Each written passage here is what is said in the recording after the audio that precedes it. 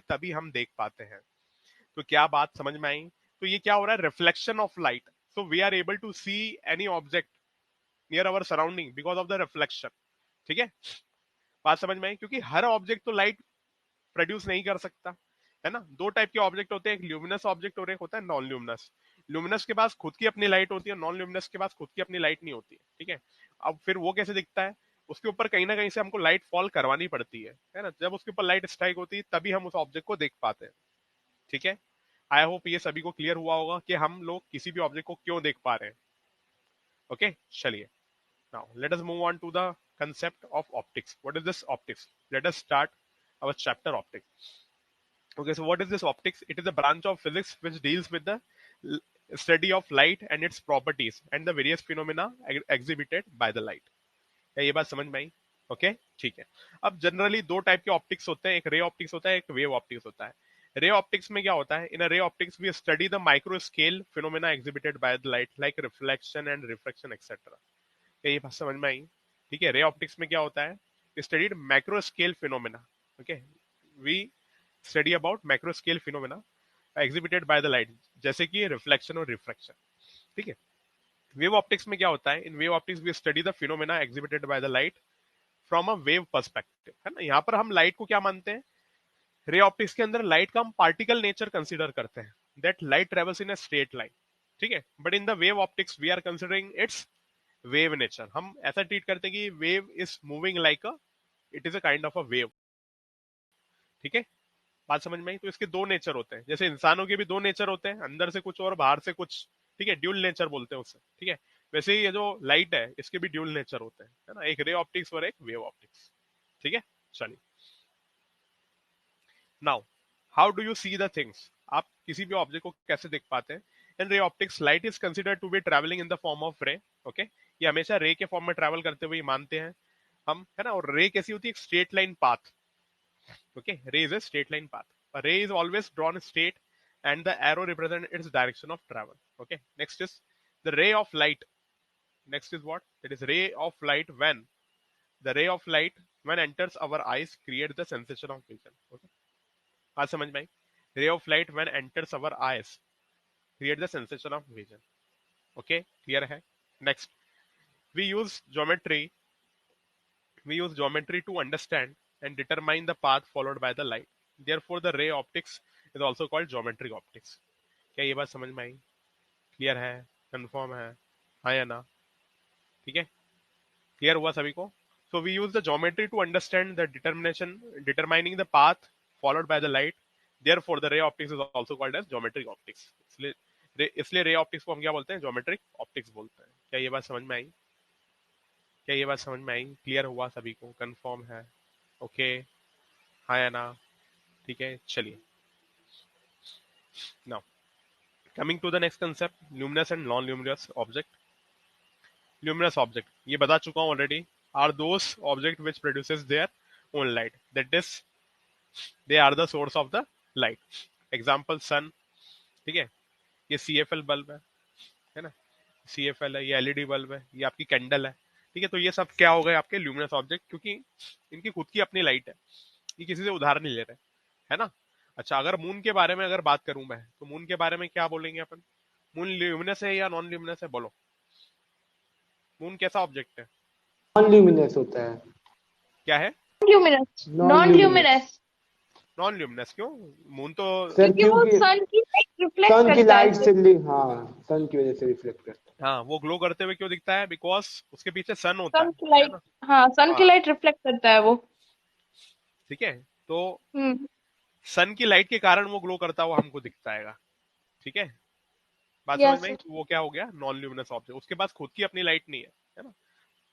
ठीक है, तो जिसके पास खुद की अपनी लाइट है ना, ये खुद की अपनी लाइट, ऐसा नहीं, इसका मतलब ये नहीं है कि सर मैं आज मार्केट से CFL खरीद के लाया हूँ, ठीक है, दिवाली आ रही है तो दिवाली पे जो झालर लगाते हैं वो खरीद के लाया हूँ, तो ये मेरी खुद की लाइट है, तो I am the luminous object. ठीक है, ठीक है, ऐसा नहीं है कि किसी ने अपने ऊपर ही दिवाली पे खड़े हो गए और झालर बांध दी, ठीक है, और वो चमक रहे हैं, ठीक है, तो वो बोलेंगे आई एम अ ल्यूमिनस ऑब्जेक्ट, क्योंकि ये झालर मैं खरीद के लाया हूँ और ये लाइट भी मेरे ऊपर जल रही है, so I am a kind of a sir luminous object. क्या ऐसा? सर चमक सकते हैं। हाँ, तो क्या उसे ल्यूमिनस ऑब्जेक्ट बोलेंगे क्या? नहीं। ठीक है, उसको नहीं बोलेंगे, ठीक है, उसको कार्टून जरूर बोलेंगे बट ल्यूमिनस ऑब्जेक्ट नहीं बोलेंगे। क्या ये समझ में आया सभी को? ठीक है, क्योंकि लाइट उस पर्सन के अंदर से नहीं आ रही है ना? बात समझ में आई? लाइट जो है वो एलईडी बल्ब उसके अंदर है, लगे हुए हैं, जो आपकी जो सीरीज बोलते हो आप, जिसे जो दिवाली पे हम लगाते हैं, ठीक है, उसमें से आ रही है। ठीक है, ओके, चलिए। Now coming to the next non-luminous object. So non-luminous objects do not produce their own light. So these objects can only be seen when the light from the luminous object falls on them. ठीक है ना? कहीं से भी light अगर इनके ऊपर fall होती है तो यहाँ से लाइट रिफ्लेक्ट होती है और फिर हमारे आंखों में जाती है, जब जाके हम ऑब्जेक्ट को देख पाते हैं। ठीक है, क्लियर हुआ? कंफर्म है? चलिए, now coming to the next, that is what happens to the incident light. Okay, जब एक लाइट है वो इंसिडेंट करती है किसी भी सरफेस पर, तो उसके साथ क्या क्या हो सकता है? ठीक है ना? उसके साथ क्या क्या हो सकता है? What happen to it? पहला, एब्जॉर्प्शन, या तो वो लाइट एब्जॉर्ब हो जाएगी। दूसरा, या तो वो रिफ्लेक्ट हो जाएगी। तीसरा, या तो वहां से पास होकर दूसरी तरफ चले जाएगी, ट्रांसमिट हो जाएगी, उसको बोलते हैं ट्रांसमिशन। ये तीन पॉसिबिलिटी है। ठीक है, तो ऐसे ही होता है जब भी कोई भी रे ऑफ लाइट इंसिडेंट करती है किसी सरफेस पे, तो उसका कुछ पार्ट एब्जॉर्ब भी होता है, कुछ पार्ट रिफ्लेक्ट भी होता है, और कुछ पार्ट ट्रांसमिट भी होता है। ट्रांसमिट कहाँ पर होता है? सिर्फ जो आपके रिफ्लेक्टिंग मीडियम होते हैं वहीं पर ट्रांसमिशन हो पाता है। ठीक है, जैसे ग्लास है ना, वाटर है, उसके अंदर ही ट्रांसमिशन हो पाता है। नहीं तो जैसे मान लीजिए कुछ, ये मैंने मोबाइल रख दिया, क्या इसके अंदर ट्रांसमिशन होगा? क्या नहीं, यहाँ से लाइट रिफ्लेक्ट हो जाएगी या एब्जॉर्ब होगी, है ना, इसके अंदर तक तो जाएगी नहीं। बात समझ में आई? है ना? ट्रांसमिशन कुछ अमाउंट तो होगा, फिर वो नहीं हो पाता है। ठीक है, चलिए। Now coming to the next concept, that is concept of properties of light. Now let us understand about this concept of properties of light in detail with the help of NV sir.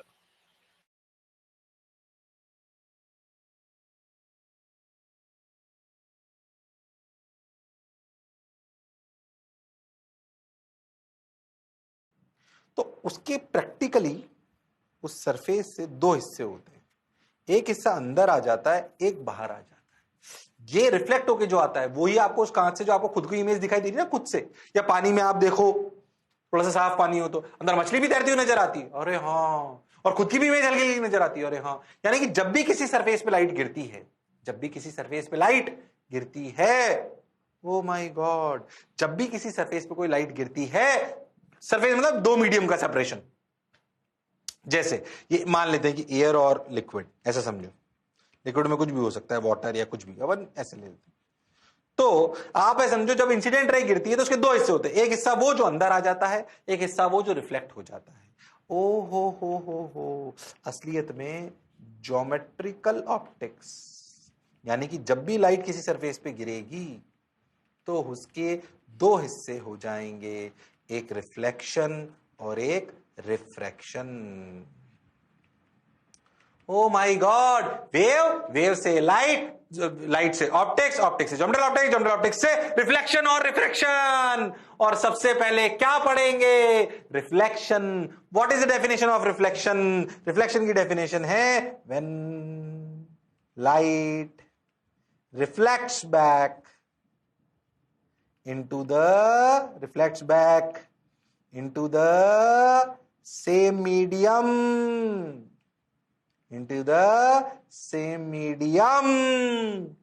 oh, when the light reflects back into the same medium, this phenomenon is known as reflection. Or refraction is what? When light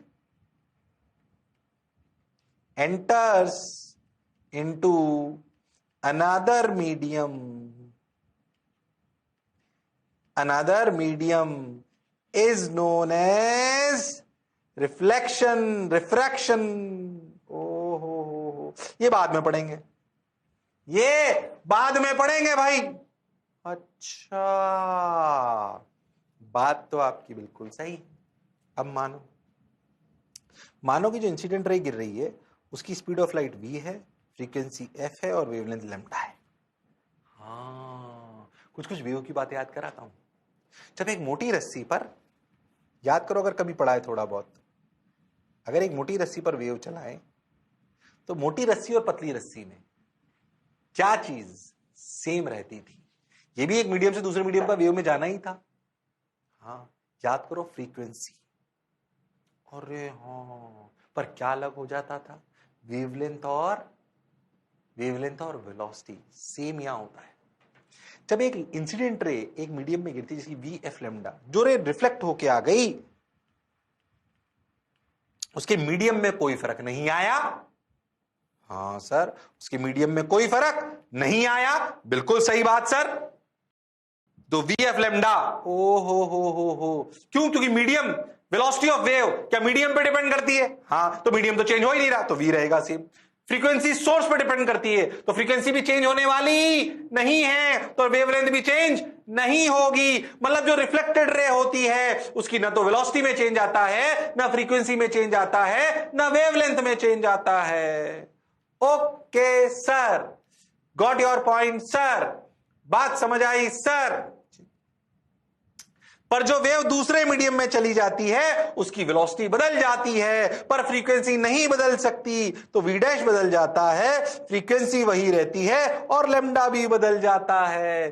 कैसे बदलेगा, कितना बदलेगा, क्या होगा, ये अपन refraction में पढ़ेंगे। अभी हम क्या पढ़ने वाले हैं? रिफ्लेक्शन। पर याद रखें कि जब भी कोई लाइट गिरती है किसी मीडियम में तो उसके दो फिनोमेना हो सकते हैं एक साथ, रिफ्लेक्शन और रिफ्रैक्शन। रिफ्लेक्शन में वेवलेंथ, वेलोसिटी और फ्रीक्वेंसी में कोई चेंज नहीं आता, पर अगर ये अंदर चली जाए मीडियम में, जिसे हम रिफ्रैक्शन कहते हैं, तो बदलाव आता है। किसमें तब बदलाव आता है? वेलोसिटी में, क्योंकि velocity depends on medium. Frequency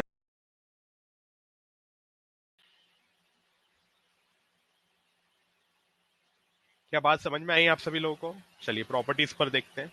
ये आपकी इंसिडेंट रे, इसकी वेलोसिटी v है, फ्रीक्वेंसी f है, वेवलेंथ लैम्डा है ना।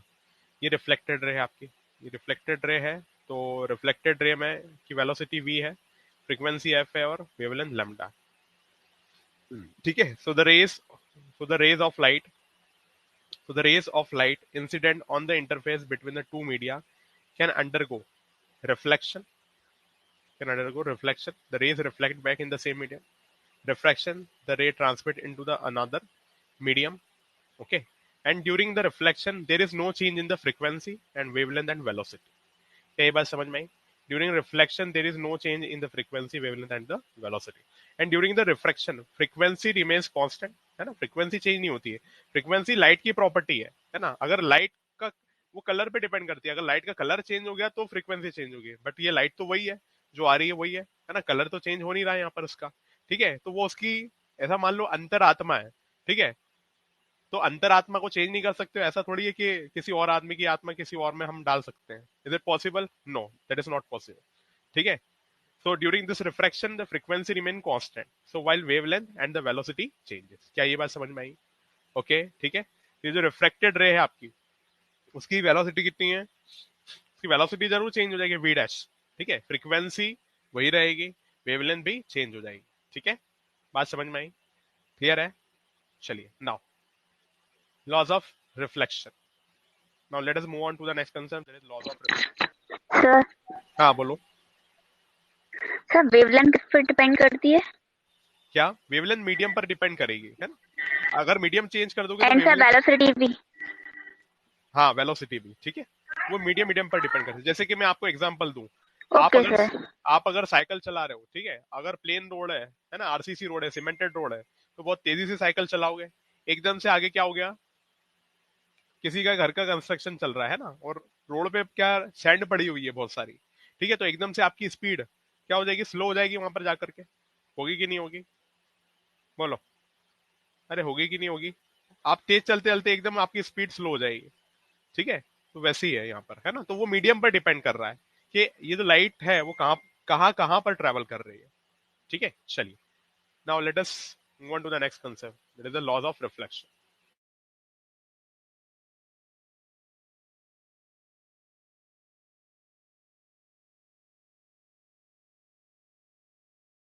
हिस्सा कौन? रिफ्लेक्शन। भैया ये बहुत लंबा, इसके भी 2-3 हिस्से हैं, इसके 2 हिस्से मेजरली। कौन कौन सा? प्लेन मिरर और स्फेरिकल मिरर। सुना होगा, प्लेन मिरर और स्फेरिकल मिरर। रिफ्लेक्शन का मतलब अगर तुमने देखा हो तो मिरर सबसे ज्यादा रिफ्लेक्ट करता है। अच्छा, हर समय अगर रिफ्लेक्शन और रिफ्लेक्शन होता है तो हम एक ही को क्यों पढ़ते हैं जनरली? जो 95% से ज्यादा डोमिनेट करता है। जैसे मान लीजिए 100 जूल एनर्जी गिरी और 99% एनर्जी रिफ्लेक्ट हो गई, तो हमें क्या पढ़ना चाहिए? क्या पढ़ना चाहिए? रिफ्लेक्शन। और 99% रिफ्लेक्ट हो जाए तो रिफ्लेक्शन पढ़ लो। बहुत कम सवाल ऐसे आएंगे जिसमें दोनों की बात होगी, पर हो सकती है। खैर वो समझने की बात है। या आपने देखा हो तो मिरर के पीछे, कभी मिरर के पीछे देखा है? हाँ सर। तो मिरर के पीछे देखा हो तो एक केमिकल सा लगा होता है, सिल्वर कलर का। आजकल तो ऑरेंज कलर का भी आने लग गया है। वो खैर वो मतलब एक केमिकल होता है बेसिकली, वो इंश्योर करता है कि जितनी भी लाइट उस पर गिरेगी उसका मैक्सिमम हिस्सा रिफ्लेक्ट कर देगी। अरे हाँ, तो सरफेस को रिफ्लेक्टिंग बना देते हैं। ठीक है सर, बात तो आपकी बिल्कुल सही है सर। तो अपन जो पढ़ने वाले हैं ये आपने 10वीं में भी पढ़ा होगा। फिर से मैं दोबारा रिवाइज करा रहा हूं, ध्यान से सुनो। अच्छा भाई, बहुत बढ़िया सर, सुंदर भाई। अच्छा देखो,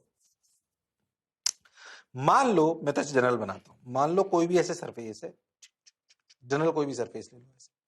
इसको अपन ने सिल्वरिंग कर दी। सिल्वरिंग का मतलब रिफ्लेक्टिंग सरफेस। ठीक। ओहो, कैसी भी टेढ़ी मेढ़ी भी हो कोई फर्क नहीं पड़ता। ये जो डायग्राम बनाया हुआ है प्लेन का है, मैं इसे जनरल बता रहा हूं आपको। अच्छा, इस पे एक लाइट रे गिरे। जो लाइट रे गिरती है उसे कहते हैं इंसिडेंट रे। क्या कहते हैं? Incident ray. जिस जगह वो गिरे वहां पे एक नॉर्मल बना लो। क्या बना लो? नॉर्मल। क्या नॉर्मल बनाना आता है आपको? हाँ सर। नॉर्मल टेंजेंट डालें उस जगह पर और परपेंडिकुलर बना लें उसे नॉर्मल। जो रे गिरती है उसे कहते हैं इंसिडेंट रे। ये आप 10th में पढ़ चुके हो, रिवाइज करा रहा हूं। उसे क्या कहते हैं? Incident ray. इसका ये रिफ्लेक्ट होके जाएगी, तो जो रे रिफ्लेक्ट होके जाएगी उसे बोलेंगे रिफ्लेक्टेड रे। ओके। ये जो एंगल बनाएगी इसे बोलेंगे आई। नॉर्मल से ये जो एंगल बनाएगी ये कहलाएगा r. I is angle of incidence, angle of incidence. और आर क्या है? Angle of reflection. दोनों कहां से आता है? I and r from normal. Normal कहां पर? जहां पर रे गिर रही है। तो लॉ क्या कहता है? डायरेक्ट सुने, अच्छे से ध्यान सुने। लॉ कहता है कि लॉ का फर्स्ट स्टेटमेंट, कोई फालतू डेफिनेशन नहीं लिखा रहा, फर्स्ट स्टेटमेंट कहता है लॉ का एंगल आई बराबर एंगल आर। अगर भाषा में लिखना चाहो तो ऐसे लिख सकते हो, लॉ है ये। ऑल्दो इसका प्रूफ अपन वेव ऑप्टिक्स में निकाल लेंगे। लॉ है वैसे तो, पर इसका प्रूफ अपन वेव ऑप्टिक्स में निकाल लेंगे। बताऊंगा तुम्हें प्रूफ करके, एंगल आई बराबर एंगल आर। किसमें? वेव ऑप्टिक्स में, हाइजेंस प्रिंसिपल की मदद से। अच्छा, एंगल आई बराबर एंगल आर अभी याद रखना है। Angle I is the angle, इसको अगर अपनी किताबी लैंग्वेज में लिखें तो कैसे लिखेंगे? Angle made by the incident ray with the normal equal to angle made by the reflected ray with the normal. Okay sir. Second statement क्या है? दो पेन हो तो देना। सेकंड स्टेटमेंट क्या है? देखो भाई, सेकंड स्टेटमेंट क्या है? इंसिडेंट रे, ध्यान से सुनना, इंसिडेंट रे, रिफ्लेक्टेड रे, incident ray, reflected ray and the normal lie in the same plane. हालांकि ये अंडरस्टूड सा लगता है, पर ये लॉ है, अपने को क्लैरिटी होनी चाहिए। क्या मेरी बात क्लियर है? अरे हाँ ना बोलो भाई, पहले इसको उतारो, अभी पैर आ जाए मैं आपको बताता हूं। ऐसे समझो कि अगर ये नॉर्मल है, ठीक, ऐसे समझो ये नॉर्मल है, ये ऐसा समझो ये इंसिडेंट रे आई, ठीक। अब समझो ये एंगल मान लो 30, ये नॉर्मल है, ये इंसिडेंट रे आई समझो, और समझो ये नॉर्मल, ये इंसिडेंट रे। अब समझो कि ये 30 डिग्री तो ये भी 30 डिग्री। हाँ बिल्कुल सही। ये रिफ्लेक्टेड रे काला वाला। सोच में 30 डिग्री ऐसे भी तो ले सकता हूं नॉर्मल से,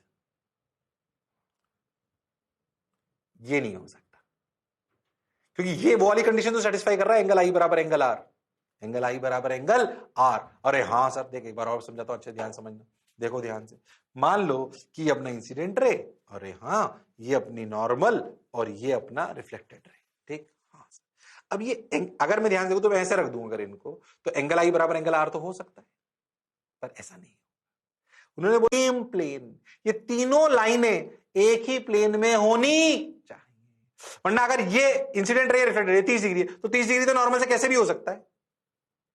और हाँ सर, तो वो एक ही प्लेन में होनी चाहिए। हालांकि हमें पढ़ते वक्त तो अंडरस्टूड लगता है, पर ये स्टेटमेंट काम की बात है कि incident ray, reflected ray and the normal lie in the same plane. अरे हाँ सर, ये आपने पहले ही पढ़ा होगा। जैसे मुझे लॉज ऑफ रिफ्लेक्शन याद है वैसे आपको याद होना चाहिए। क्या ये लॉ सिर्फ प्लेन के लिए वैलिड है? नहीं, ये सभी तरीके की सरफेसेस के लिए वैलिड है। Clear to all of you? Okay.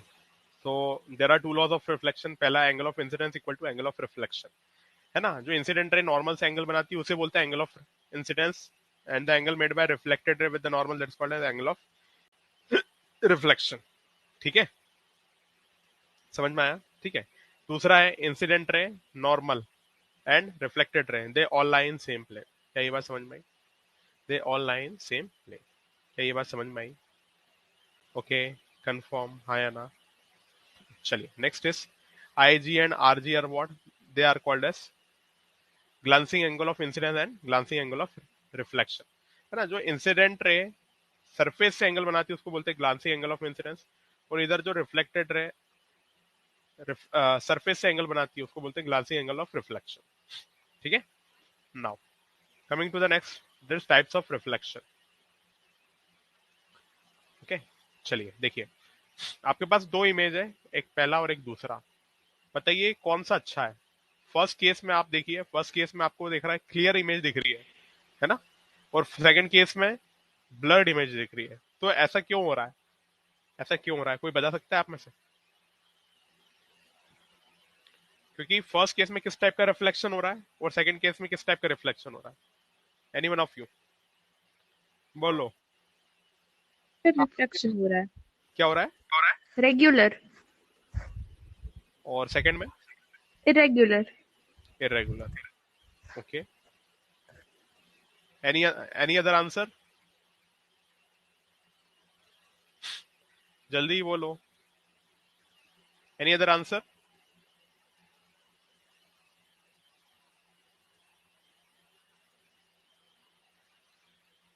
Any other answer? जल्दी बोलो।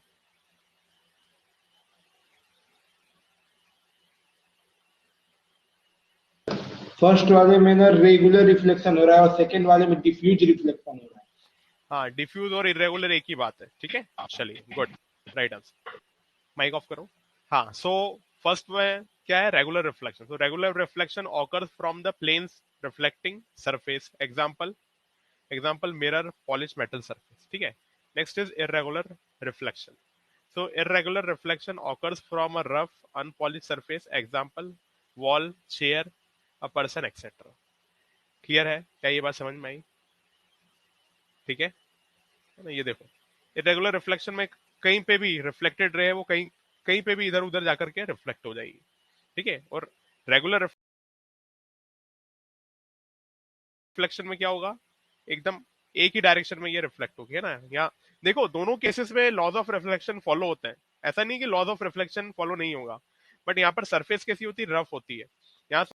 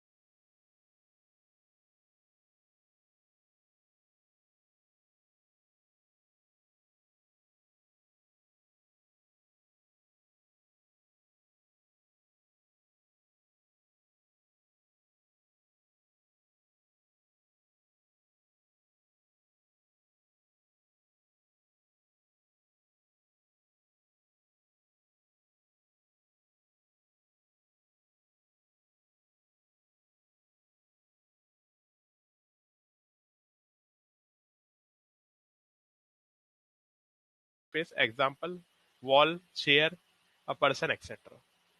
क्लियर है? क्या ये बात समझ में आई? ठीक है ना? ये देखो, इरेगुलर रिफ्लेक्शन में कहीं पे भी रिफ्लेक्टेड रे है वो कहीं कहीं पे भी इधर उधर जाकर के रिफ्लेक्ट हो जाएगी। ठीक है, और रेगुलर रिफ्लेक्शन में क्या होगा, एकदम एक ही डायरेक्शन में ये रिफ्लेक्ट होगी, है ना? यहाँ देखो, दोनों केसेस में लॉज ऑफ रिफ्लेक्शन फॉलो होते हैं, ऐसा नहीं कि लॉज ऑफ रिफ्लेक्शन फॉलो नहीं होगा, बट यहाँ पर सरफेस कैसी होती है, रफ होती है। यहाँ सरफेस कैसी होती है, स्मूथ होती है। ठीक है, यहाँ सरफेस कैसी होती है आपकी, स्मूथ होती है ना? यहाँ पर रफ होती है। तो रफ केस में क्या होता है, जो एंगल ऑफ इंसिडेंस, इंसिडेंस रे तो सारी पैरेलल आ रही, बट रिफ्लेक्शन के बाद वो आपस में पैरेलल नहीं रह पाती। यहाँ पर देखो, रिफ्लेक्टेड रे भी आपस में पैरेलल है, बट अगर आपकी सरफेस रफ होती तो वहां पर रिफ्लेक्टेड रे आपस में पैरेलल नहीं हो पाती। ठीक है, उसको बोलते हैं हम इरेगुलर रिफ्लेक्शन। ओके, चलिए, now coming to the poll question. Sir कल टेस्ट है क्या? कल टेस्ट आपको नहीं पता है क्या? नहीं, आपका बैच नंबर बोलो। याद तो नहीं। 486 है शायद बैच नंबर। 486। हाँ 483 है ना? एक मिनट में ही देख के बताता हूँ।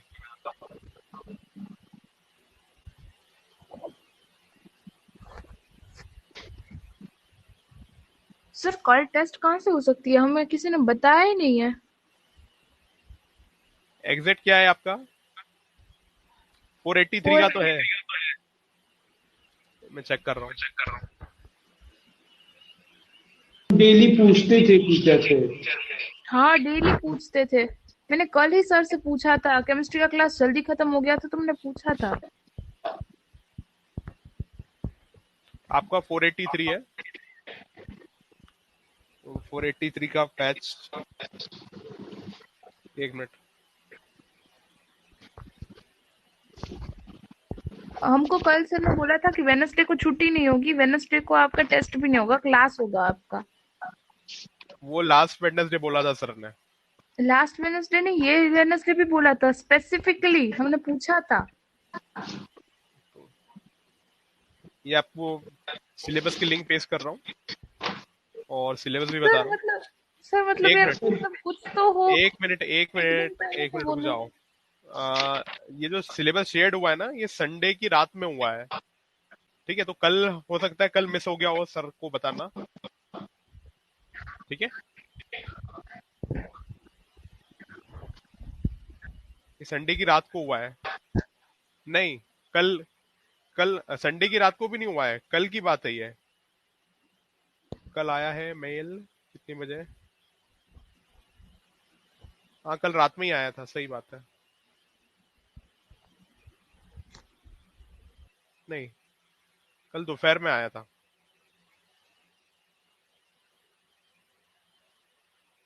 हाँ, एक आपकी बैच वाला, ठीक है, कल आया था मेल, है ना? तो हो सकता है मिस हो गया हो, उस टाइम चेक नहीं कर पाए हो। ठीक है, मैं आपको बता रहा हूँ, सिलेबस बता रहा हूँ, सिलेबस सुन लीजिए सभी लोग। फिजिक्स में मूविंग चार्ज एंड मैग्नेटिज्म, ठीक है, magnetism and matter and electromagnetic induction full note कर लिया सभी ने? वैसे लिंक पेस्ट कर दिए मैंने, आप उसको दूसरे टैब पर पेस्ट कर लोगे तो दिख जाएगा। केमिस्ट्री में chemical kinetics, surface chemistry, general principle and process of isolation of element and p block element. ठीक है, बॉटनी में sexual reproduction in flowering plants, principle of inheritance and variation, molecular basis of inheritance. Zoology में human reproduction, reproductive health, evolution and human health and diseases from session 1 to 10। Okay, from session 1 to 10। Clear हुआ? चलिए now. तो देखो इतना बड़ा syllabus है और हमें कब पता चल रहा है, आज पता चल रहा है सर। ऐसा देखो, मतलब मैंने आपको बोला है हमेशा से कि आप लोग मेंटली प्रिपेयर्ड रहा करो कि टेस्ट हो या ना हो, है ना? मैंने आपको पहले भी कहा है कि कम से कम जो प्रीवियस, देखो लास्ट वीक तो वेडनेसडे था, तो उस टाइम तो बता दिया गया था आपको कि क्लास रहेगी। ठीक है, अब इस वेडनेसडे नहीं था, तो मैंने आपको बोला भी था। सर आपने लेकिन बताया था हाँ, नहीं परसों सर पूछा था, आपने परसों पूछा था मुझसे, जब जब हाँ तक नहीं आया था। ठीक है, उस टाइम तक नहीं आया था, ये कल ही आया है। ओके, तो हमेशा सर आप लोग देखो सर ऐसे कैसे मेंटल प्रिपेयर रहे, मतलब हमको अगर बोला गया हो कि वेडनेसडे को क्लास होगी आपकी टेस्ट नहीं होगी, तो कैसे प्रिपेयर रहे हम। इस अगर नहीं वेडनेसडे भी में सर क्लास का सर बोला। मेंटली प्रिपेयर का मतलब ये है कि डेली हम लोग जो क्लासेस कर रहे हैं उसका रिवीजन करना, उसका नोट्स बनाना और उसको पढ़ना, वो भी तो करना है ना सर। और ऐसे चलो पहले ठीक से है। पता है तो हम लोग छोड़ देते हैं, नहीं रिवीजन करते अब हैं, जिनकी इसमें जो क्लास में चैप्टर छोड़ है देते हैं। वो सर बहुत पहले के चैप्टर्स भी है, जैसे sexual reproduction, flowering plant, reproductive health, वो मतलब थोड़ा एक आध 2 महीना हो गया है, तो वो सब फिर से करना, रोज का टारगेट भी होता है। ओके। हाँ अरे देखिए सर मैं देखिए समझ रहा कब हूँ। से कब तक रहेगा, अच्छा सुनो, कब से कब। इस वाले टेस्ट में एक मिनट, इस वाले टेस्ट में आपका जो टेस्ट ओपन होगा, टेस्ट विंडो ओपन होगी आपकी 19 अक्टूबर को, है ना। 3 hour 20 minute का टेस्ट है और एग्जाम कब क्लोज होगी? 21 अक्टूबर 12 AM। समझ रहे हो? मतलब 20 की रात हाँ, को, 20 की रात को खत्म हो जाएगा, ठीक है। 48 hours का आपको टाइम मिल रहा है इसमें। ओके, तो इसमें 48 आवर का टाइम है। हाँ। मीन्स आज रात को स्टार्ट हो जाएगा। हाँ आज रात को स्टार्ट हो जाएगा, आज रात की 12 बजे, एक 12 बजकर 1 मिनट पर। ठीक है, चलिए सर और बताइए क्वेश्चन सॉल्व कीजिए। चाहिए।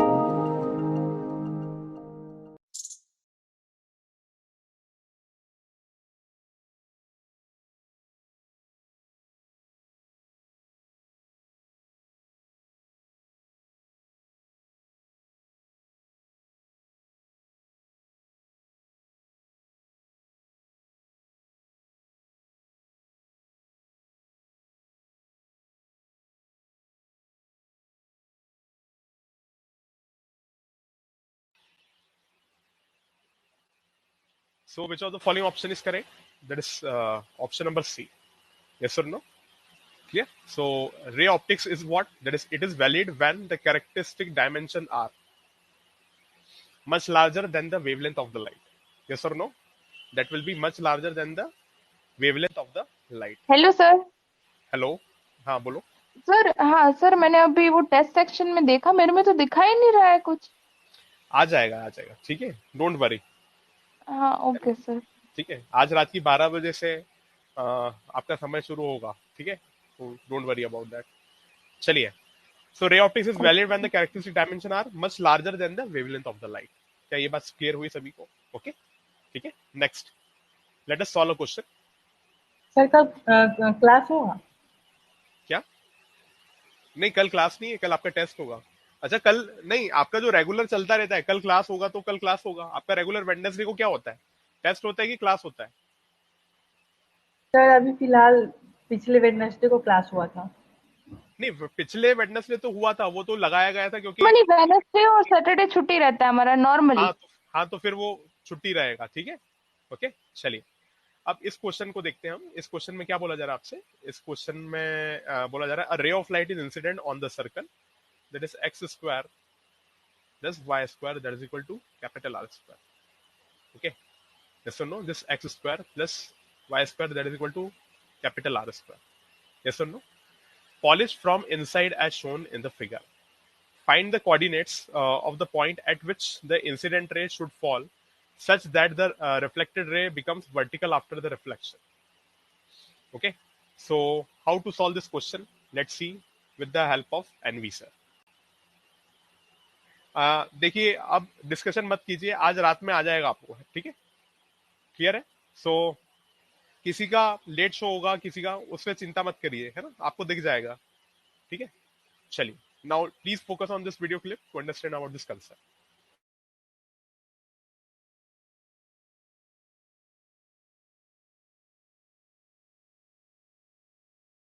Polish from side as shown in the figure, find out the coordinate. ऐसे देखो, ऐसे एक सर्कल आया, ये सर्कल है, पूरा circle x square plus y square equal to r square, मतलब ये रेडियस आर हो गया।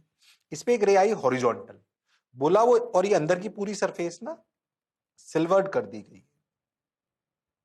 आपको बोला गया कि वो एक जगह टकराई अपने स्फेरिकल मिरर पर। स्फेरिकल मिरर छोड़ो तुम तो, अभी तुम तो कोई भी सरफेस है जो सिल्वर्ड कर दी गई, जो रिफ्लेक्टिंग, एक हॉरिजॉन्टल रे आई जो उस पर टकराई और टकरा के वर्टिकल हो गई। ऐसे आपसे पूछा गया ये एक्स कॉमा वाई क्या है, आपसे पूछा गया ये एक्स कॉमा वाई क्या है। एंगल आई बराबर एंगल आर, कर सकते हो तुम लोग ये। चलो मैं बताता हूं, इसके अगला थोड़ा इससे अच्छा है, वो तुम करोगे। ये मैं बता रहा हूं, इसके अगला थोड़ा सा इससे अच्छा है, बहुत थोड़ा सा, वो तुम ट्राई करोगे।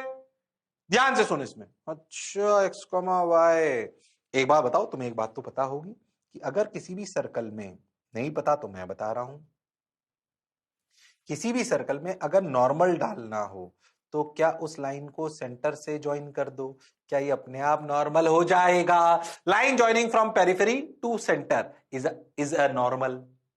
हाँ सर, बात आपकी बिल्कुल सही है, सोलेयाना सच है। ठीक भाई, तो लो भाई अपन एक काम करते हैं, ऐसे नॉर्मल डाल लेते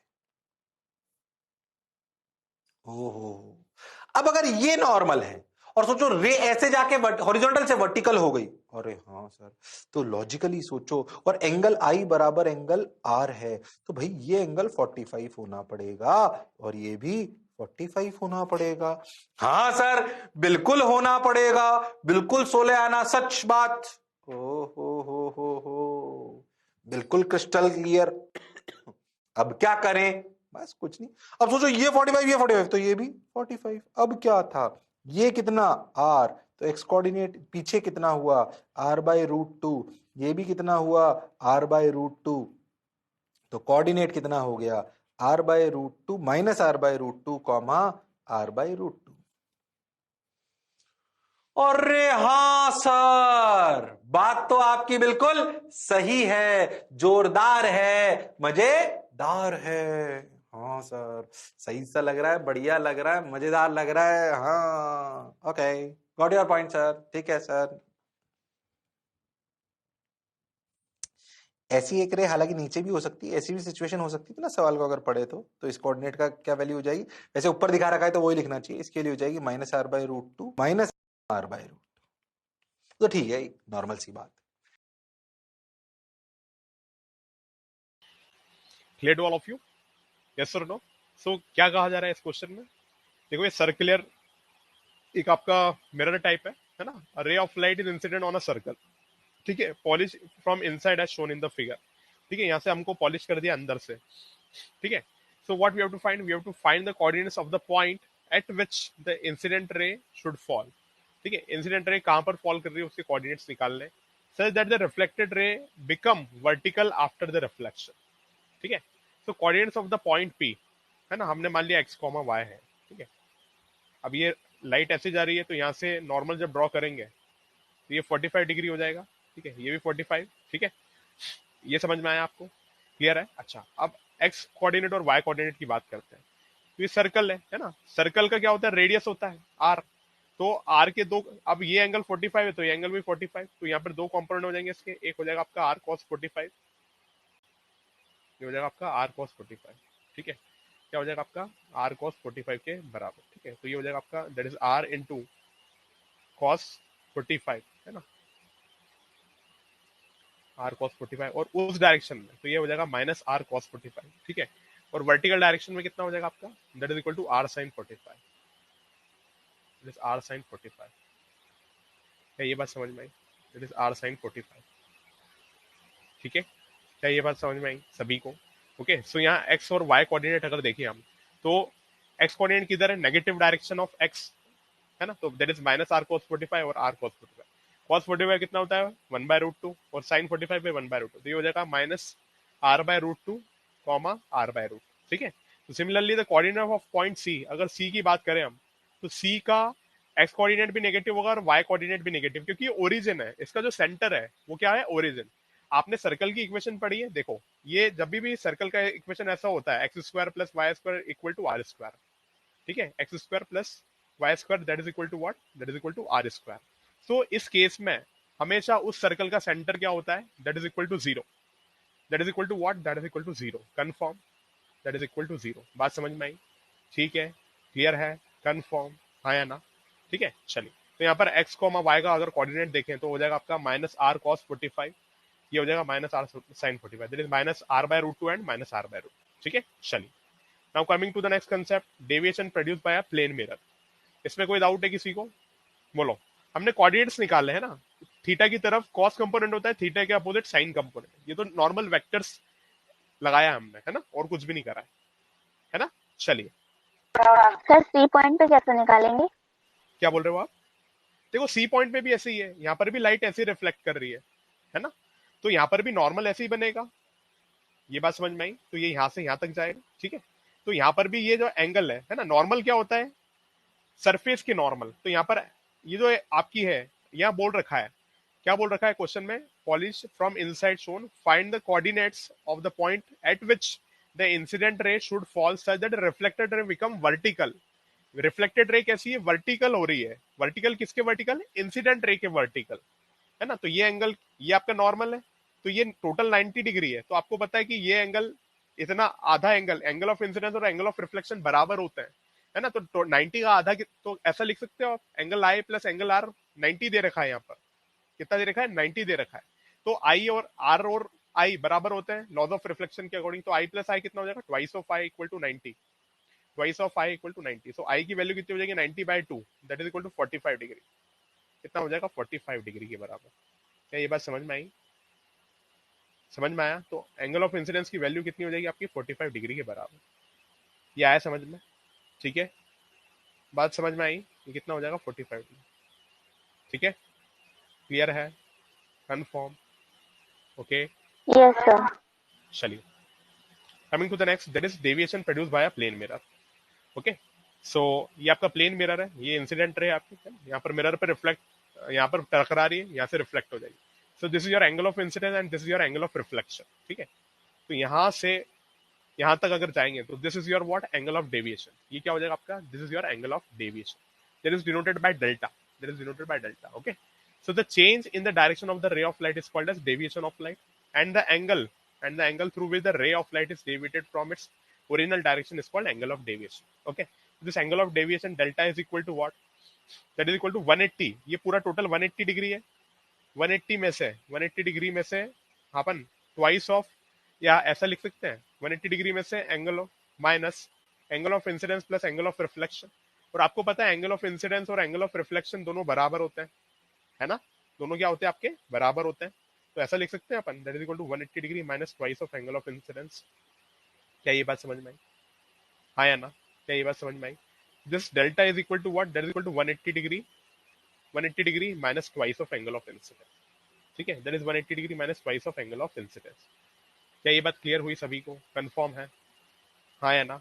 ठीक है, तो for plane mirror angle of deviation की जो वैल्यू है वो कितनी हो जाएगी आपकी, that is delta equal to 180 degree minus twice of angle of incidence, that is equal to 180 degree minus twice of angle of refraction, है ना। दोनों लिख सकते हैं आप, क्योंकि एंगल आया है और एंगल आर बराबर है। ओके, क्लियर है? चलिए, now let us solve a poll question, do it fast.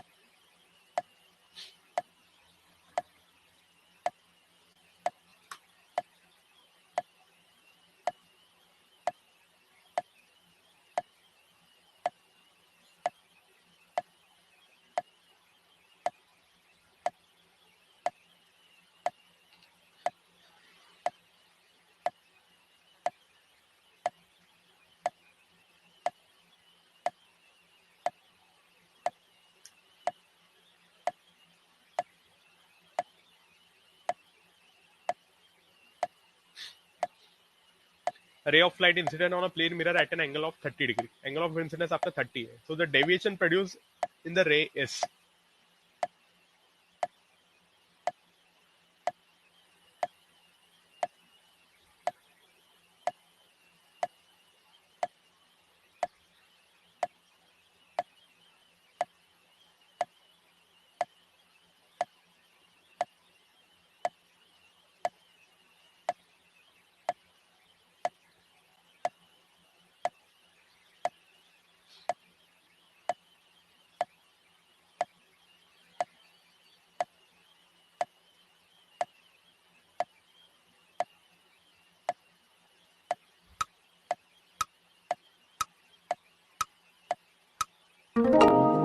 Yes, good. I received correct answer from Rohan, Krishnakant, Riya, Atul.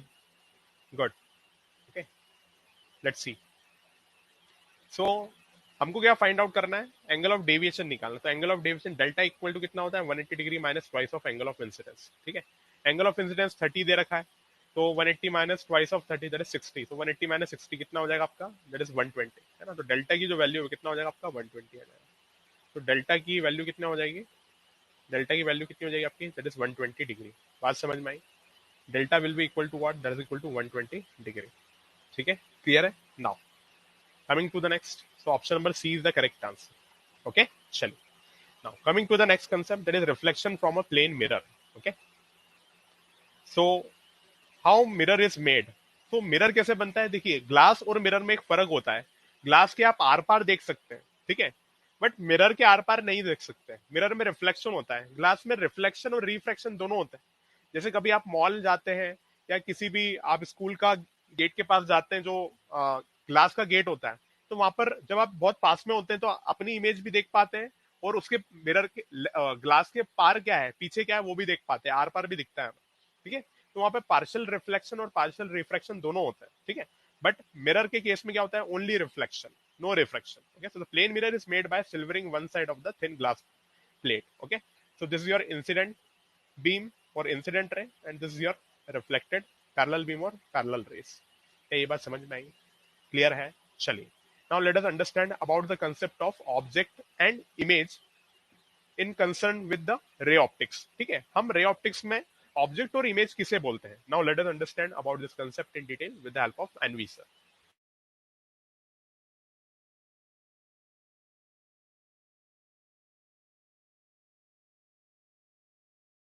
लो भाई, बहुत सारी इमेजेस बन गई. कितनी भी रे हो, सब एक ही जगह से आती हुई लगी. क्यों? क्योंकि सिमिलर ट्रायंगल बन रहे हैं इधर और इधर. और हाँ sir, image is point of intersection of reflected raise. Object is point of intersection of incident raise. हो, एक थोड़ी किताबी डेफिनेशन. ऑब्जेक्ट क्या है कि जो इंसिडेंट रेज हैं उनको अगर आप एक्सटेंड करो और जहां वो मिले वो क्या है? ऑब्जेक्ट.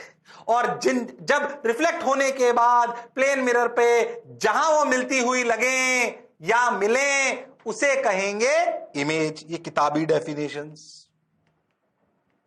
ऑब्जेक्ट और इमेज की किताबी डेफिनेशंस. और हाँ सर, बात तो आपकी बिल्कुल ठीक है, जोरदार है, मजेदार है. ठीक भाई, हो गया हो गया हो गया हो गया. बढ़िया सर, अच्छी बात सर, शानदार सर. ओके, आप क्या करें? हो गया सर, ये तो हो गया. समझ आ गया सर? ये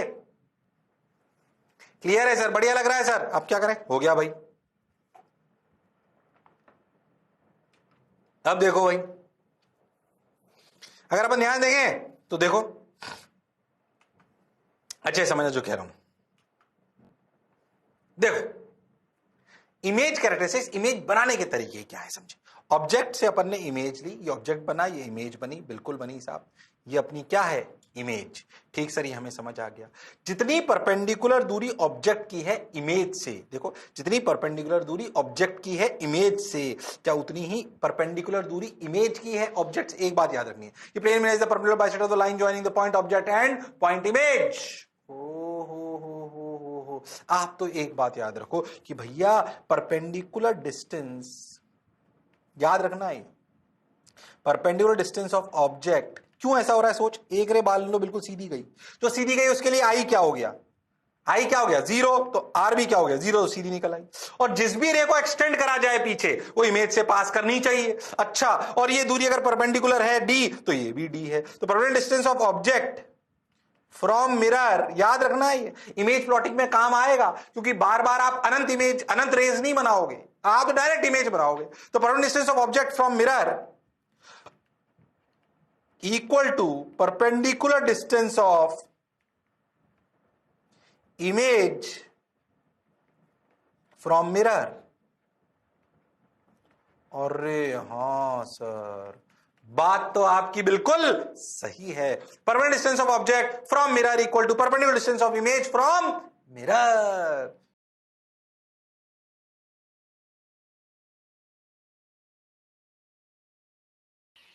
clear to all of you? Okay, object and image. Object किसे बोलते हैं? It is a point where the incident rays intersect or appear to be intersecting when produce. ठीक है, और ऐसा बोल सकते हैं ऑब्जेक्ट वो होता है जहां से इंसिडेंट रे निकलती है. ओके, और it is a point of intersection of incident ray. ठीक है, ये देखो ऐसा बोल सकते हो ये सारी इंसिडेंट रे एक ही पॉइंट पर मीट कर रही है ना.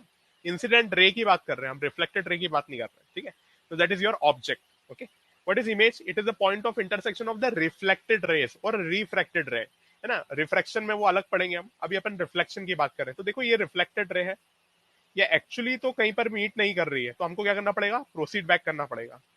So it is the point of intersection at which the reflected rays are appear to meet. क्या बोलेंगे उसमें?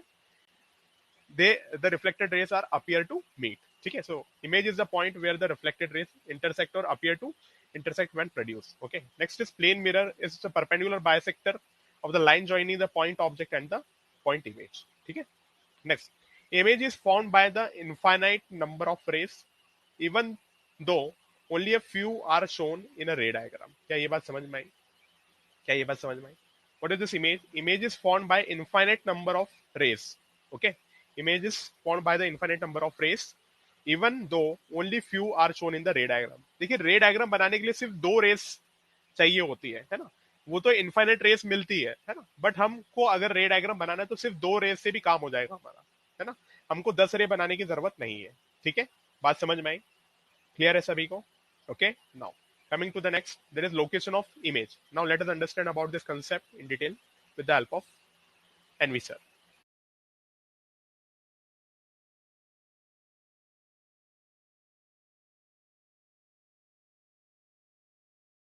से सर बनेगी तो अनंत से, ये क्लियर है.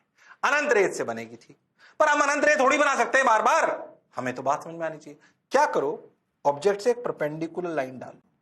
हमें पता है कि जो परपेंडिकुलर लाइन डालोगे ना, परपेंडिकुलर रे, वो वापस टकरा के सीधी आएगी.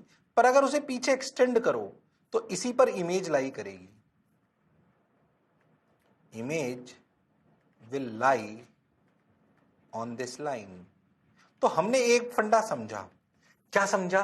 लिखवाऊंगा उसको, आगे लिखा हुआ आएगा पूरा स्लाइड में. पहले समझो कि drop a perpendicular on the mirror. Drop a perpendicular on the mirror. Okay sir, drop a perpendicular on the mirror. Extend it on the back side of mirror. Extend it on the back side of mirror. अच्छा, जो mirror पे back side आप perpendicular को extend करोगे, क्या उसी पर image लाई करेगी? अच्छा, अब कहां करेगी? हम एक बात जानते हैं कि जितनी परपेंडिकुलर दूरी ऑब्जेक्ट की है उतनी ही इमेज की भी है. और हाँ सर, एक ही रे से, बल्कि एक परपेंडिकुलर से इमेज आ गई. और हाँ सर, कैसे इमेज प्लॉट करी? सुनना ध्यान से, अनंत रे नहीं बनानी है. सुनना, drop a perpendicular on the mirror. अरे हाँ sir, drop a perpendicular on the mirror. अरे हाँ sir, drop a perpendicular on the mirror. Extend it on the back side of mirror. Extend it on the back side of the mirror. क्या this is the line where image will lie? अरे हाँ. To exactly locate the image, use the concept that perpendicular distance of object from the mirror is equal to perpendicular distance of image from the mirror. Image आ गई. अरे हाँ sir, बात तो आपकी बिल्कुल सही है, जोरदार है, मजा आया सर. बोलो क्लियर? हाँ सर, सही लग रहा है सर, बिल्कुल शानदार. अच्छा, अब इसमें थोड़ा सा ट्रिकी सवाल, ये छोटी सी बात. जैसे मान लीजिए मैं आपसे एक छोटी सी बात पूछूं, टक टक टक टक टक टक टक. क्या, चल पहले यही करते हैं, सुन ध्यान से. एक बात सोचो, मान लो ये मिरर है मेरे सामने, बिल्कुल ठीक. हाँ ठीक सर, अगर मैं मिरर के सामने खड़ा हूं, ध्यान सुनना, अगर मैं मिरर के सामने खड़ा हूं, क्या मुझे इमेज नजर आएगी अपनी? मान लो कि मैं यहां खड़ा हो जाऊं थोड़ा इधर, और मिरर यहां है. समझना, मैं मिरर के सामने नहीं हूं. समझना अच्छे से. ध्यान सुनना, मैं यहां खड़ा हूं, थोड़ा साइड में आ गया, और मिरर यहां है. क्या मैं खुद को देख पाऊंगा? नहीं. पर सोच, अगर मिरर यहां है, मैं यहां हूं और तुम वहां खड़े हो, क्या तुम मुझे देख पाओगे? अरे हाँ सर, देख पाते हैं, देख पाते हैं सर. यानी कि इमेज बनी. मुझे नहीं दिखाई दी, ये एक अलग बात है, पर बनी तो सही. अरे हाँ, अब सोच, मान लो मैं आपको बोलूं कि मिरर ये है, अरे हाँ सर, और ऑब्जेक्ट यहां है, और रे हाँ ए पॉइंट पर। क्या एक ही इमेज बनेगी? पहली बात, क्या एक ही इमेज बनेगी? यस और नो? बनेगी सर। ये वही तो सिचुएशन है जो मैंने अभी समझाई। बनेगी सर, बिल्कुल बनेगी सर।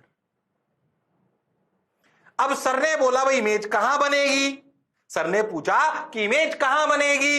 अच्छा सर, इमेज कहां बनेगी? सर ने फंडा सिखाया, drop a perpendicular on the mirror. Mirror पे परपेंडिकुलर डाला। अरे सर, पर मिरर तो था ही नहीं। कोई बात नहीं, मिरर को एक्सटेंड कर लो।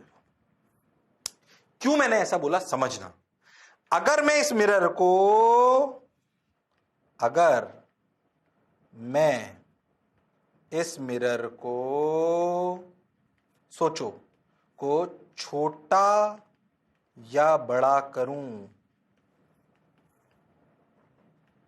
इमेज वहीं रहेगी। अरे हाँ सर, वो कहां से दिखेगी वो अपन बाद में पढ़ेंगे फील्ड ऑफ व्यू के नाम से, पर इमेज तो वहीं रहेगी। सोच में ये मिरर जो सामने रखा हुआ था ऐसे, यहां ऑब्जेक्ट 10 सेंटीमीटर का लूं तब भी वहीं बनेगी, 20 सेंटीमीटर ले लूं तब भी वहीं बनेगी, 10 मीटर का ले लूं तब भी वहीं बनेगी। अरे हाँ सर, यानी कि इमेज का बनना मिरर की लेंथ पे डिपेंड नहीं करता, वो कहां से दिखेगी उस पर करेगा, वो बाद में पढ़ेंगे। ओ हो, इमेज का बनना मिरर की लेंथ पर डिपेंड नहीं करता। तो अगर कभी जो मैंने सिखाया कि इमेज कैसे लोकेट करते हैं, कि drop a perpendicular on the mirror. अब आपने मिरर पे परपेंडिकुलर डाला, मिरर वाली लाइन पे, पर वहां मिरर है ही नहीं, कोई बात नहीं, मिरर को एक्सटेंड कर दो। फिर मैंने क्या बोला, extend this line on the back side of mirror. Okay sir, कर दिया। On this extended line, image will lie. Okay, and use the concept, the distance of object from the mirror equal to distance of image from the mirror. Oh हो, image आ गई। इसमें बस एक trick थी कि अगर परपेंडिकुलर ड्रॉप करा और मिरर नहीं है, कोई बात नहीं, एक्सटेंड कर लो, क्योंकि इमेज का बनना मिरर की लेंथ पे डिपेंड नहीं करता। और रे हाँ सर, बात तो आप बिल्कुल सही कह रहे हो, जोरदार कह रहे हो, मौज के साथ कह। लो इमेज बन गई, यही इमेज है। दो चार तेरे को रे डायग्राम बनाया था, वो एक अलग बात। देख ऐसे बनी होगी रे, ये ऐसे टकरा के गई होगी, टपक टप टक टक टक टक ऐसे। ओ हो, ये देखो ऐसे बनी होगी अनंत रे, वो एक अलग बात है। इसलिए तो यहां वाले आदमी को दिख रही थी, खुद को नहीं दिख रही होगी, पर देख ऐसे बन गई। अच्छा, अब अपन सीखे इमेज प्लॉट करने का क्या तरीका है। रे बार बार नहीं बनाएंगे, drop a perpendicular on the mirror. अगर मिरर ना हो तो एक्सटेंड इट, क्योंकि मिरर की लेंथ पर इमेज का बनना डिपेंड नहीं करता। Okay, extend it on the back side. Okay, on this extended line, image will lie. Okay, now use the concept, the distance of object from the mirror. क्या ये बात समझ में आई सभी को? Okay, how to locate the image. देखिए, image mirror की सिंपल सी एक प्रॉपर्टी है, जितना ऑब्जेक्ट मिरर के आगे रखा रहता है उतना ही उसकी इमेज मिरर के पीछे बनती है। ओके, देखो ये ऑब्जेक्ट है, ये डी डिस्टेंस आगे है तो उतनी पीछे उसकी इमेज बनी। यहाँ पर बार बार देखो, मिरर के केस में आपको बार बार रे डायग्राम बनाने की जरूरत ही नहीं है। ठीक है, रे डायग्राम से भी आप इमेज को लोकेट कर सकते हो इस टाइप से।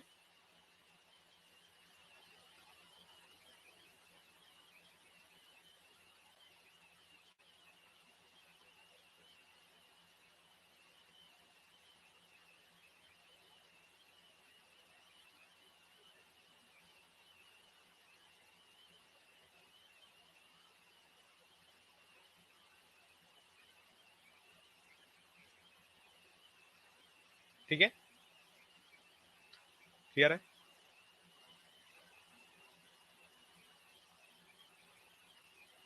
क्लियर, ये बात समझ में आई है ना? So image is formed at this point, है ना? तो बार बार हमको रे डायग्राम बनाने की जरूरत नहीं, हमको पता है कि जितना ऑब्जेक्ट मिरर के आगे है, यहाँ से परपेंडिकुलर बायसेक्टर ड्रॉ करना है, परपेंडिकुलर डिस्टेंस, तो यहाँ से डी डिस्टेंस पर है तो मिरर के पीछे भी डी डिस्टेंस पर इमेज बनेगी। ठीक है, तो ड्रॉ पर perpendicular on the mirror and extend it backward behind the mirror. Okay, so to get the exact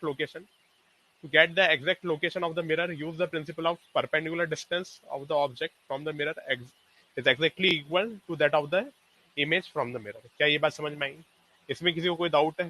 कोई प्रॉब्लम, कोई दुख, कोई तकलीफ, ठीक है ना। तो ये मिरर के साइज पे डिपेंड नहीं करेगी। और दूसरा कंसेप्ट जो सर ने बताया था कि मिरर नीचे था बट ऑब्जेक्ट यहाँ पर रखा हुआ था, है ना। तो इस केस में फिर इमेज कैसे बनाए हम, इस केस में हम इमेज कैसे बनाए, ठीक है, इस केस में हम इमेज कैसे बनाए।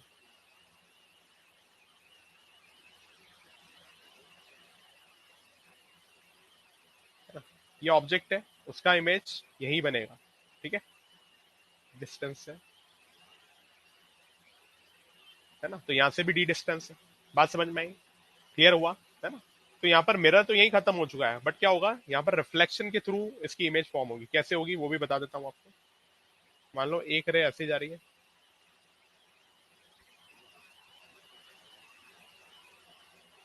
ठीक है,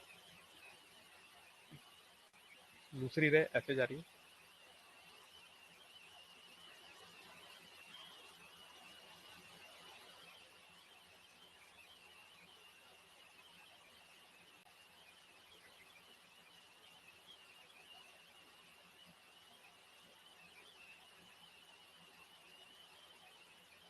ठीक है। ये बात समझ में आई आपको, क्लियर हुआ, बोलो, है ना। तो यहाँ पर ये आपका point of formation of image.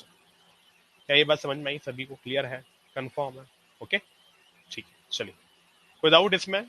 Now coming to the question, let us solve a question. हाँ, ये क्वेश्चन, इस क्वेश्चन में आपसे क्या बोला जा रहा है, इस क्वेश्चन में आपसे बोला जा रहा है a plane mirror is inclined, a plane mirror is inclined at 45 degree, ठीक है, from the horizontal as shown and the object is placed at -5,0, ठीक है। Find the coordinates of the image form. तो आपको इमेज के coordinates find out करना है। कैसे फाइंड आउट करेंगे बताइए,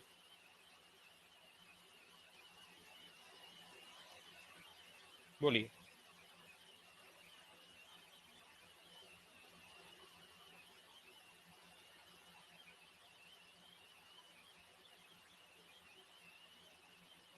बोलिए।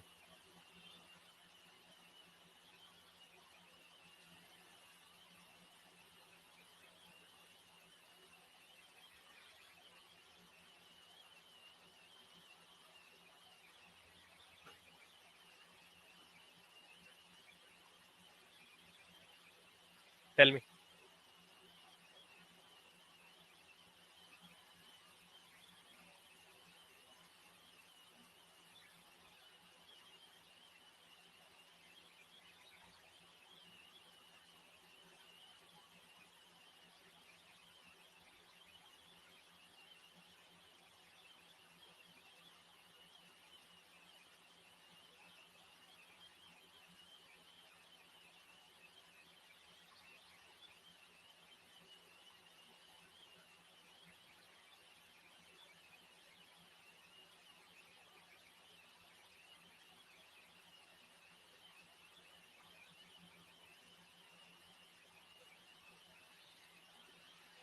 कौन सा डिस्टेंस, स्वाति, क्या पढ़ा अभी हमने, image formation by plane mirror,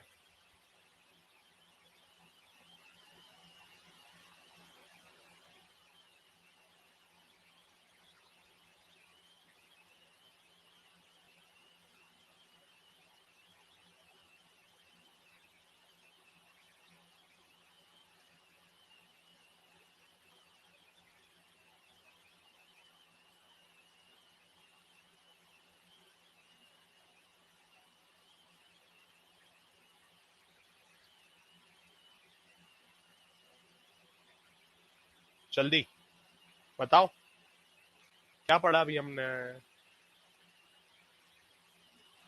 बोलो जल्दी से।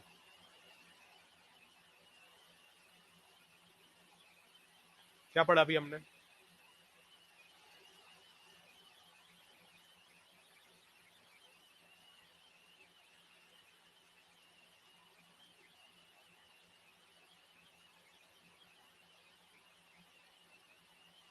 +5,0, रॉन्ग। कंसेप्ट क्या है, कंसेप्ट ये है कि जो भी ऑब्जेक्ट मिरर के जितने आगे होता है उसकी इमेज उतने ही मिरर के पीछे बनती है। कितना आगे मतलब कौन सी डिस्टेंस लेते हैं, परपेंडिकुलर डिस्टेंस। तो मिरर आपका टिल्टेड है 45 डिग्री पे, तो उसका परपेंडिकुलर डिस्टेंस क्या होगा, ये होगा, that will be perpendicular distance, हाँ या ना।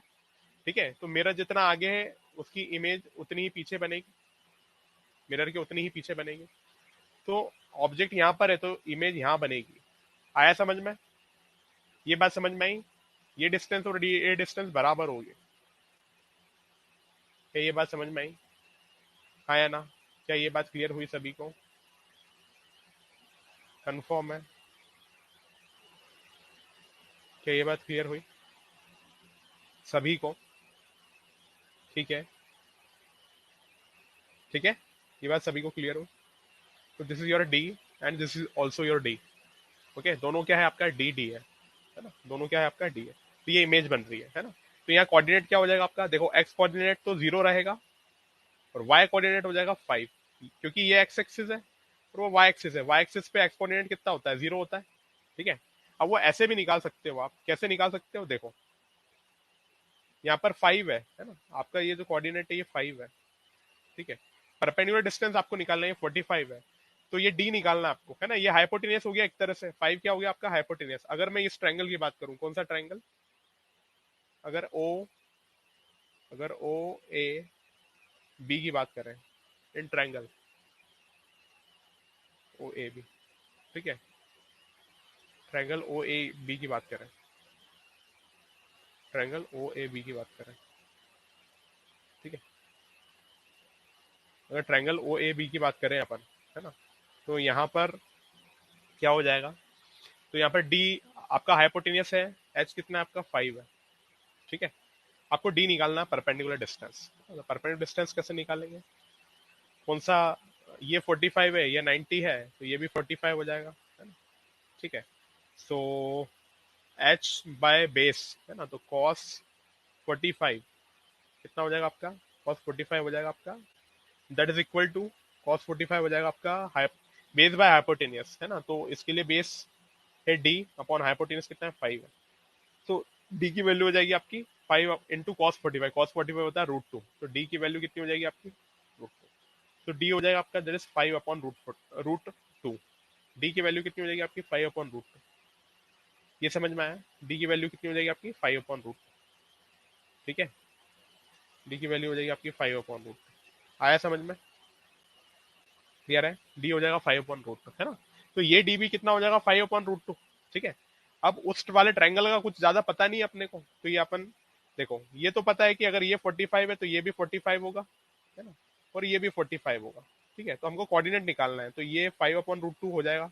अब इसका कोऑर्डिनेट निकालना है इस ट्रायंगल का, कौन सा, A I B, in triangle, triangle A I B. अगर ट्रायंगल ए आई बी की बात करें अपन, किसकी बात करें, ट्रायंगल ए आई बी की बात करें, ठीक है, तो उसमें ए आई बी की बात करें इसमें, है ना, तो ये एंगल 45 हो जाएगा, ठीक है। अपने को क्या चाहिए, ये हाइपोटेनस चाहिए, क्या चाहिए, ये हाइपोटेनस, है ना।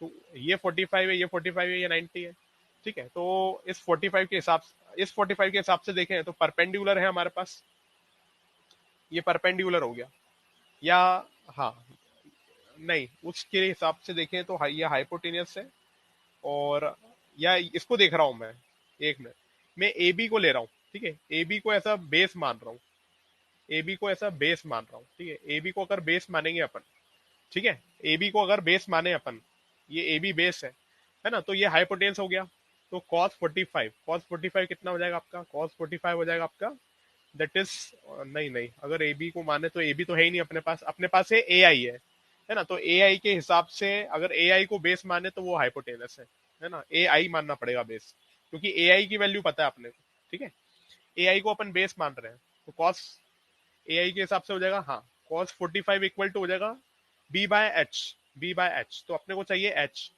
ठीक है, एच इंटू कॉस 45 होता है 1/√2, और बेस की वैल्यू 5/√2, ठीक है, तो ये √2 से √2 कैंसिल, एच की वैल्यू आ गई 5, तो ये आपका जो कोऑर्डिनेट है ये कितना आ रहा है, 5 आ रहा है, मतलब ये जो लेंथ है एच की ये आ रही है 5, तो ये आई का जो कोऑर्डिनेट होगा, वाई कोऑर्डिनेट 5 हो जाएगा और एक्स कोऑर्डिनेट 0, ये 0,5 हो जाएगा। क्या ये बात समझ में आई, बोलो, क्या हो जाएगा 0,5, क्या ये बात समझ में आई सभी को, ठीक है, कितना हो जाएगा 0,5, ठीक है, कितना हो जाएगा 0,5, आया समझ में, कितना हो जाएगा 0,5, ठीक है, ओके, क्लियर हुआ सभी को? तो हो जाएगा 0,5। ठीक है, so draw the perpendicular on the mirror from the object and extend it in such a way that the mirror becomes perpendicular bisector of the line joining the image and the object. Okay, since the ADO और ADI congruent है, तो वो तो मैंने बता दिया, मैंने trigonometry use करी है, तो कॉन्ग्रुएंट से भी आप प्रूव कर सकते हैं। तो ये इसके कोऑर्डिनेट आ जाएंगे 0,5। ठीक है, चलिए now, so objects is not in front of the mirror, है ना। अगर ऑब्जेक्ट फ्रंट ऑफ मिरर नहीं है तो उस केस में क्या कर रहे हैं, ये वाला केस जो अभी हमने देख भी चुके हैं। ठीक है, so when the object is not in front of the mirror, to locate the image first extend the mirror as shown. इस मिरर को हम क्या करेंगे, एक्सटेंड करेंगे। Okay, now draw a perpendicular on the extended mirror from the object.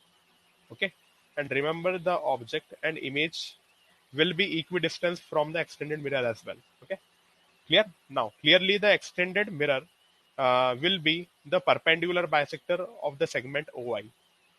क्या ये बात समझ में आई आपको? ठीक है ना। तो ये वाला डिस्टेंस और ये वाला डिस्टेंस दोनों कैसे होंगे, बराबर होंगे। तो ये अगर d है, ये अगर d है, तो ये भी कितना हो जाएगा आपका, d हो जाएगा।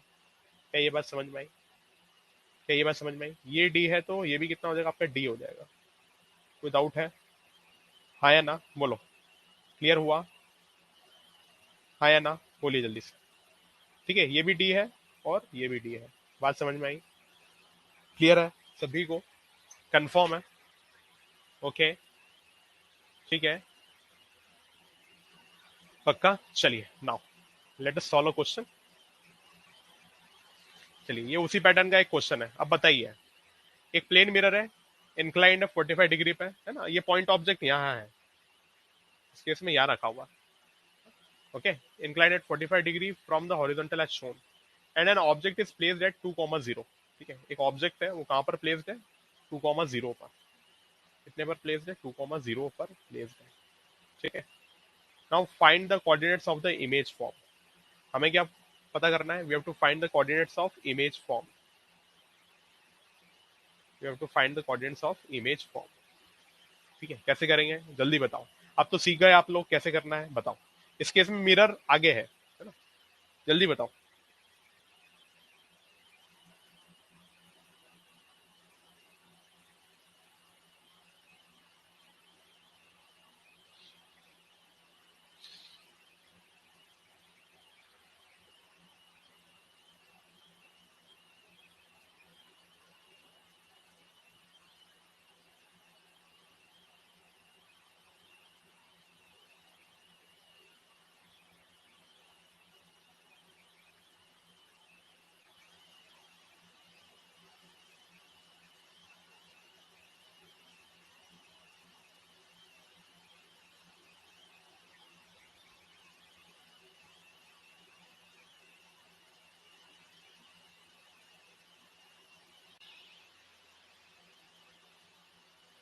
(0,-2 भूमिका। ओके, लेट्स सी जल्दी, क्या कंसेप्ट था, मिरर से परपेंडिकुलर डिस्टेंस बराबर होता है ऑब्जेक्ट और इमेज का, है ना। ठीक है, जल्दी।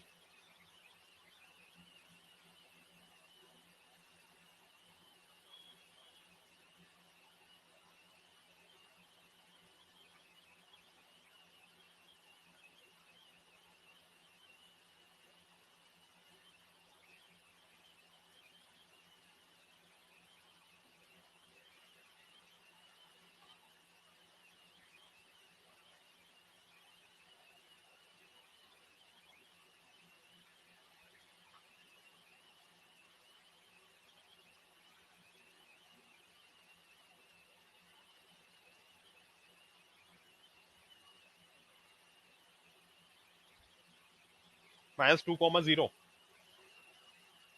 अतुल सोच लो एक बार।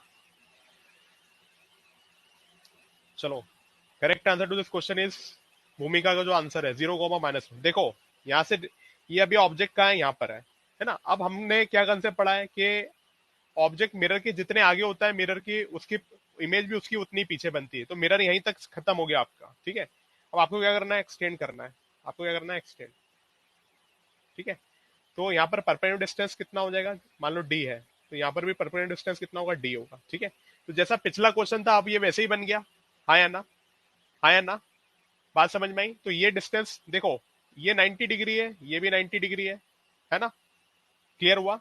ये डिस्टेंस और ये डिस्टेंस भी बराबर है ना? और ये कॉमन साइड है, तो दोनों ट्रायंगल, इसको बोल देते हैं ओ ए बी, ठीक है, और ओ ए बी, और इसको पी बोल देते हैं, बीच वाला, ठीक है। So triangle O A P and O B P दोनों कैसे हो जाएंगे? कॉन्गुरेंट। कैसे हो जाएंगे? कॉन्गुरेंट। क्यों? दोनों के एंगल 90 90 है, ये एंगल 90, ये एंगल 90, ठीक है। दूसरा, ये साइड और ये साइड परपेंडिकुलर डिस्टेंस बराबर होते हैं, है ना, और ये कॉमन साइड है, ठीक है। तो दोनों ट्रायंगल अगर कॉन्गुरेंट है, ठीक है, सो बाय सीपीसीटी, बाय अगर दोनों triangle A P B is congruent as compare to triangle O B P, ठीक है, ओ बी पी, ये दोनों ट्रायंगल कैसे हो गए आपके? कॉन्गुरेंट हो गए। कैसे हो गए आपके? कॉन्गुरेंट हो गए। तो by CPCT, by CPCT all the parts of two congruent triangle are equal, ठीक है। तो आपका ओबी और ओ ए इक्वल है, तो ये 2,0 है, तो इधर क्या हो जाएगा? वाई एक्सिस है। ध्यान से देखो, आप लोग ध्यान से देखो, ये क्या है? वाई एक्सिस है, तो वाई एक्सिस पे एक्स कोऑर्डिनेट 0 होता है।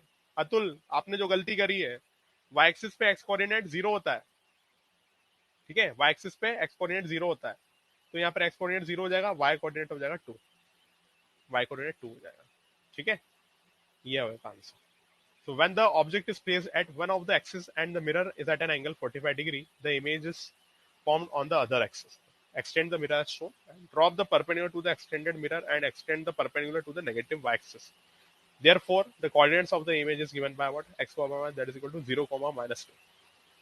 0 comma minus 2. ठीक है? क्लियर हुआ सभी को? ओके? पक्का? क्लियर है ना? अभी मेरे एंड करने से पहले लीव मत करना, नहीं तो एब्सेंट लग जाएगी, ठीक है?